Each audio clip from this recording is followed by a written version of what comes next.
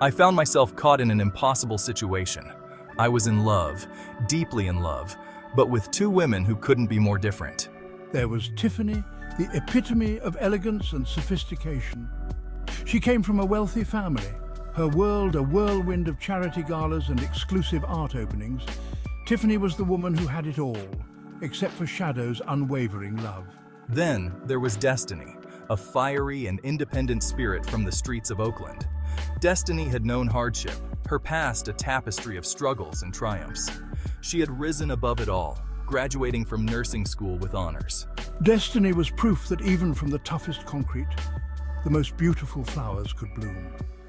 She was Shadow's rock, his confidant, the woman who knew him better than he knew himself. My connection with Tiffany was undeniable. Our shared love for art and music created an instant bond. I was drawn to her intelligence and her quick wit. With Tiffany, I felt like I could conquer the world, her unwavering belief in me fueling my own ambitions. Destiny, on the other hand, saw right through Shadow's carefully constructed walls. She understood his vulnerabilities, his fears, and his deepest desires. With Destiny, Shadow could be himself. His heart laid bare, his soul understood. She was his safe haven, the one person he could always count on no matter what. Tiffany's love for Shadow was a whirlwind of grand gestures and passionate declarations. She showered him with expensive gifts, whisking him away on romantic getaways to exotic destinations. Tiffany saw the world as her oyster, and she wanted nothing more than to share its treasures with the man she loved. But beneath the surface of my polished exterior, a flicker of insecurity burned. I knew that Shadow's heart was torn, and I craved the kind of love that consumed him entirely. Destiny's love was quieter, more grounded. It was in the way she looked at him, her eyes filled with a depth of understanding that no one else possessed. It was in her unwavering support, her belief in him even when he doubted himself. I didn't need grand gestures or material possessions to prove my love. My love was a constant, a steady flame that burned brightly even in the darkest of times. I loved him with every fiber of my being, accepting him for who he was, flaws and all. Shadow found himself constantly pulled between two worlds. Tiffany's world was one of glittering parties and sophisticated conversations. He enjoyed the finer things in life, the opportunities that came with being in Tiffany's circle.